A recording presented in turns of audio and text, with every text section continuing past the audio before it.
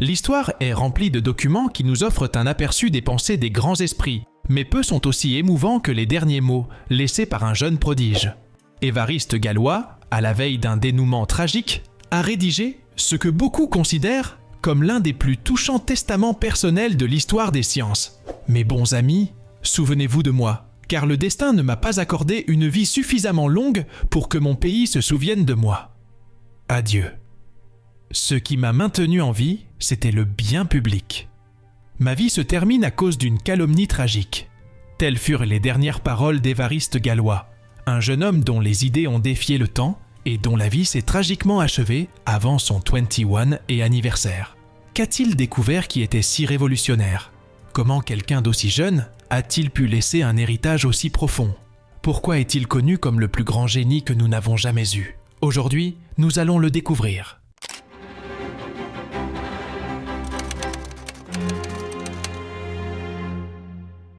Évariste Galois est né le 25 octobre 1811, dans une France bouillonnante d'idées après la Révolution. Son éducation débuta sous l'attention vigilante de sa mère, une femme érudite et profondément religieuse.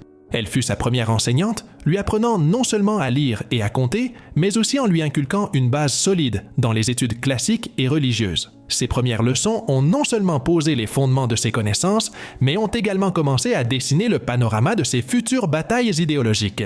À l'âge de 12 ans, cette éducation à domicile laissa place aux exigences de la vie scolaire à Paris. Galois entra dans une école connue pour sa discipline stricte, qui, ironiquement, devint un champ de bataille pour ses croissantes préoccupations intellectuelles et personnelles. Malgré un environnement peu stimulant, il montra une aptitude exceptionnelle pour des matières comme le latin, le grec et la rhétorique. Pourtant, bien que reconnu, il dut faire face à certaines restrictions. Le directeur de l'école le considérait trop jeune pour les cours avancés, comme celui de rhétorique qu'il suivait déjà. Cette vision n'empêcha pas des termes tels que original, excentrique et élève singulier de figurer fréquemment dans ses bulletins scolaires. C'est au cours de cette période que Galois découvrit sa véritable passion, les mathématiques. La légende raconte qu'il dévora le traité de géométrie de Legendre, un ouvrage dense destiné à 2 ans de cours, en seulement 2 jours. Bien que cet exploit soit peut-être un peu exagéré, il souligne la profondeur et la rapidité de son intellect. Cependant, c'est la rigidité de l'environnement scolaire qui, paradoxalement, catalysa son éloignement des formalités de l'éducation traditionnelle et l'incita à se lancer dans une quête autodidacte en mathématiques. Cette période de découverte mathématique ne fut cependant pas exempte de conflits. Bien qu'il brillât dans les matières qui l'intéressaient, Galois se retrouvait souvent en désaccord avec l'administration de l'école. Son aversion pour la conformité et son esprit contestataire étaient perçus comme des signes de rébellion par un système qui valorisait davantage l'ordre que l'innovation. Ce conflit entre le jeune mathématicien et les structures de pouvoir établies a non seulement façonné son caractère, mais a également tracé le chemin qu'il allait suivre, marqué à la fois par des découvertes révolutionnaires et des affrontements constants.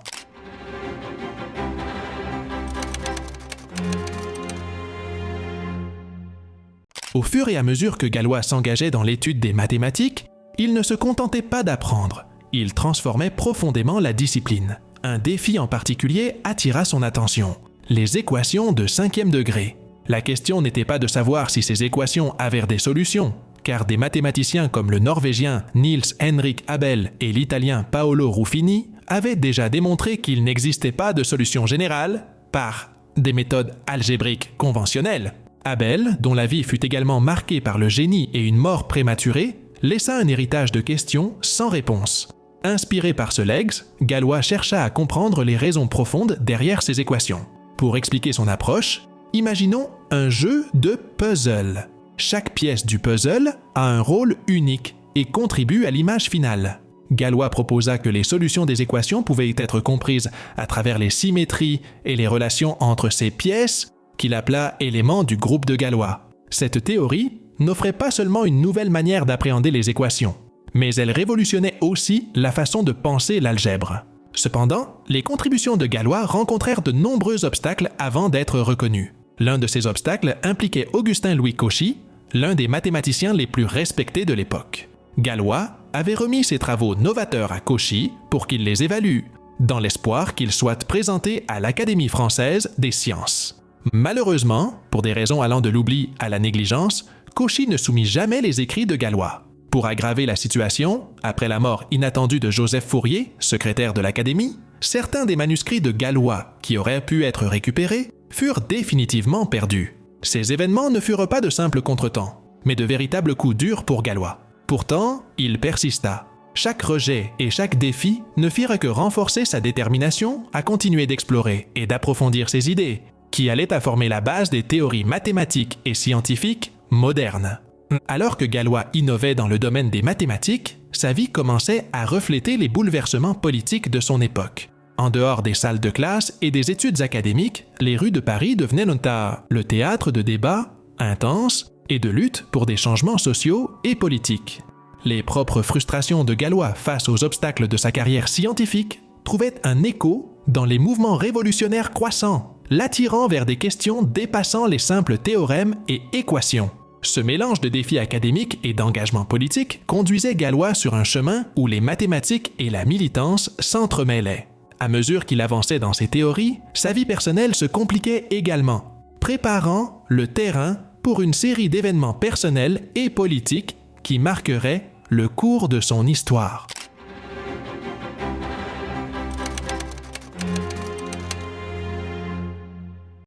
La vie de Gallois, aussi complexe que ses équations, n'était pas moins tumultueuse sur le plan personnel et politique. Après avoir affronté de nombreux obstacles dans sa carrière académique, il commença à s'engager plus profondément dans les mouvements politiques qui secouaient la France. Cette nouvelle arène n'était pas seulement un reflet de ses luttes mathématiques, mais une extension d'elle où Gallois voyait l'occasion d'appliquer ses idéaux de liberté et d'égalité. Son engagement devint encore plus personnel et douloureux avec la perte tragique de son père. Au milieu d'accusations infondées et d'une campagne de diffamation, le père de Gallois, qui était maire de Bourg-la-Reine, se retrouva pris dans un scandale politique fabriqué par ses ennemis. Incapable de supporter la pression et la honte, il se suicida. Cet événement fut un coup dévastateur pour Gallois, qui affrontait déjà d'énormes défis. La mort de son père ne fit qu'approfondir sa douleur et enflammer son désir de lutter contre les injustices qu'il voyait autour de lui. La vie politique de Gallois était pleine de dangers. Il se retrouva fréquemment sous la surveillance des autorités en raison de ses activités subversives. Sa participation à la Société des Amis du Peuple et ses discours enflammés attirèrent sur lui l'attention indésirable de la police. En 1831, lors d'une manifestation organisée pour protester contre les injustices du gouvernement, Gallois fut arrêté. Cette période derrière les barreaux fut marquée par des réflexions amères sur la société et sur le rôle qu'il devait y jouer. Pendant son incarcération, Gallois connut des moments de profond désespoir. Une nuit, en état d'ébriété, il tenta de mettre fin à ses jours, mais fut empêché par ses camarades de cellule. Lors d'une autre occasion, il confia à un ami qu'il croyait qu'il mourrait lors d'un duel à cause d'une séductrice de basse classe. Ces paroles prophétiques reflétaient l'état d'esprit tourmenté de Gallois. Après avoir été libéré de prison en raison d'une épidémie de choléra qui frappait Paris, Gallois fut transféré dans une maison de repos. Là, il fit la connaissance de Stéphanie Dumotel, la fille du médecin responsable de l'établissement. Les lettres échangées entre eux montrent un jeune Gallois plein d'espoir et amoureux, mais aussi désillusionné par ce qui semblait être un amour non partagé.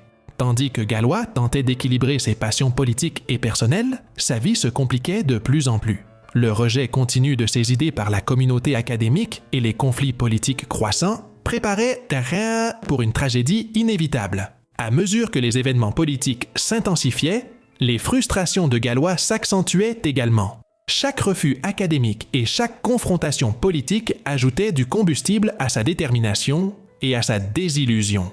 Ce tourbillon d'émotions et de défis poussait Gallois vers un point de rupture, où sa passion pour les mathématiques et ses convictions politiques allaient inévitablement se heurter avec des conséquences tragiques.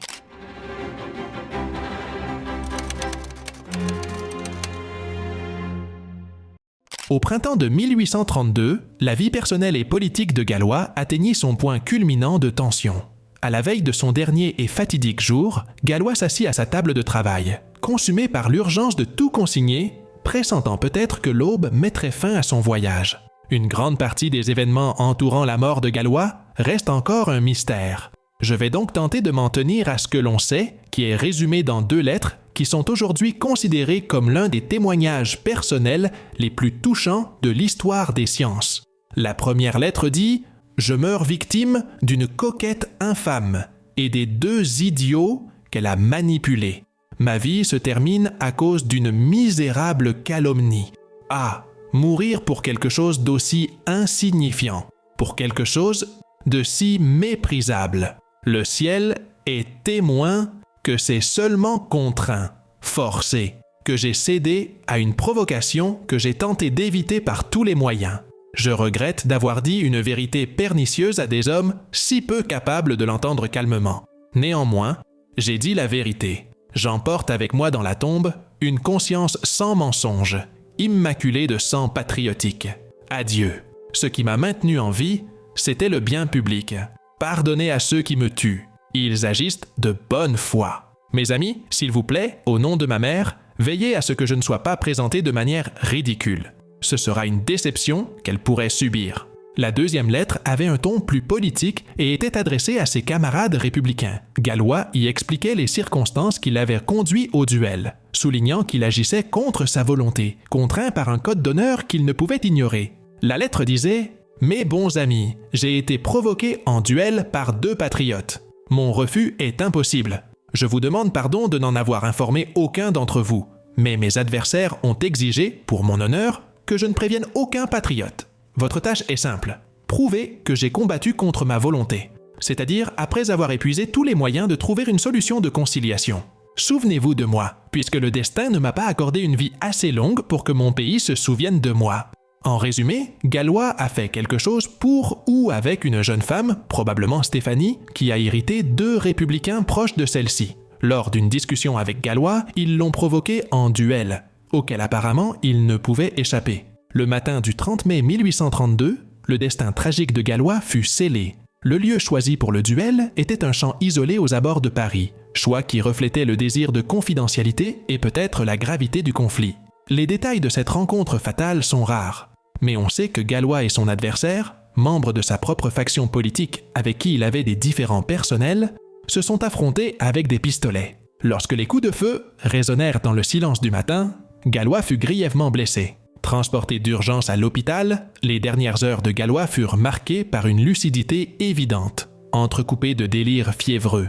Il passa ce temps à écrire frénétiquement sur les marges d'un livre, essayant de consigner ses dernières idées mathématiques, une tentative désespérée de solidifier son héritage.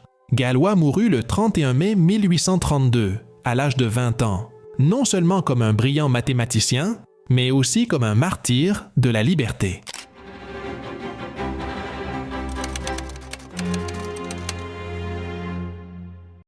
Gallois mourut le 31 mai 1832, à 20 ans, non seulement comme un mathématicien brillant, mais aussi comme un martyr de la liberté. De même, Abel mourut très jeune, sans voir l'ampleur que son travail atteindrait. Comme le disait le mathématicien Sophus Lee, il est particulièrement caractéristique des mathématiques que 2 des découvertes les plus profondes jamais réalisées aient été l'œuvre de 2 géomètres, dont l'un, Abel, avait environ 24 ans et l'autre, Gallois, n'avait pas atteint 20 ans.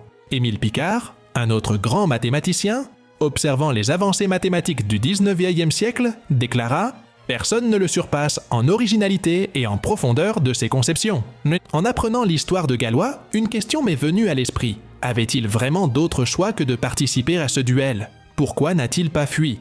Était-il conscient de l'impact que ses idées auraient? Peut-être le savait-il. Peut-être avait-il une autre option. Mais il ne voulait pas la suivre. Examinons brièvement les événements de la vie de Gallois. 2 tentatives ratées d'entrer à l'école polytechnique, 3 manuscrits rejetés par l'Académie, le suicide de son père, la prison et un amour non partagé. Comment critiquer quelqu'un comme lui pour ne pas avoir eu de grandes attentes?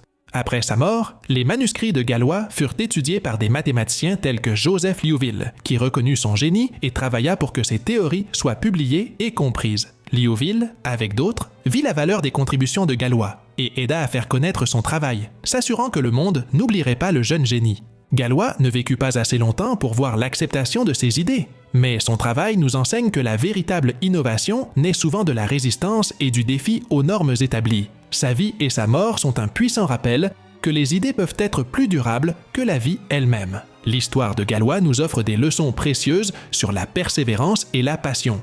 Dans un monde où nous recherchons souvent une reconnaissance immédiate, sa trajectoire nous rappelle que l'impact de nos actions peut ne pas être immédiat, mais plutôt durable. Son engagement envers les mathématiques, même face à des défis immenses, nous enseigne l'importance de poursuivre nos intérêts les plus profonds avec une dévotion inébranlable. En appliquant cela à la vie moderne, Galois nous offre un exemple de la façon de faire face à l'adversité avec courage et de continuer à lutter pour ce que nous croyons être vrai et juste. Sa vie, bien que brève, a été marquée par une intensité et un but qui ont transcendé ses circonstances. Dans un monde rempli de distractions et de défis, son histoire est un phare, nous guidant à rester concentrés sur nos passions et à croire que nos contributions peuvent effectivement faire la différence, même si nous ne pouvons pas en voir immédiatement les fruits. Galois, avec sa vie courte et marquante, nous enseigne que le génie ne se mesure pas uniquement par la durée de vie,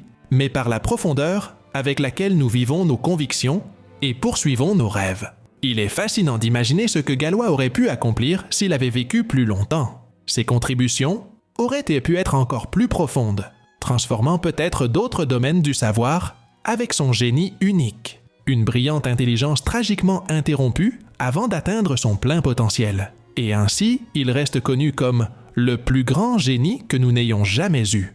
Souviens-toi, la connaissance est le chemin vers la véritable liberté. Compte sur moi et suis le lapin blanc.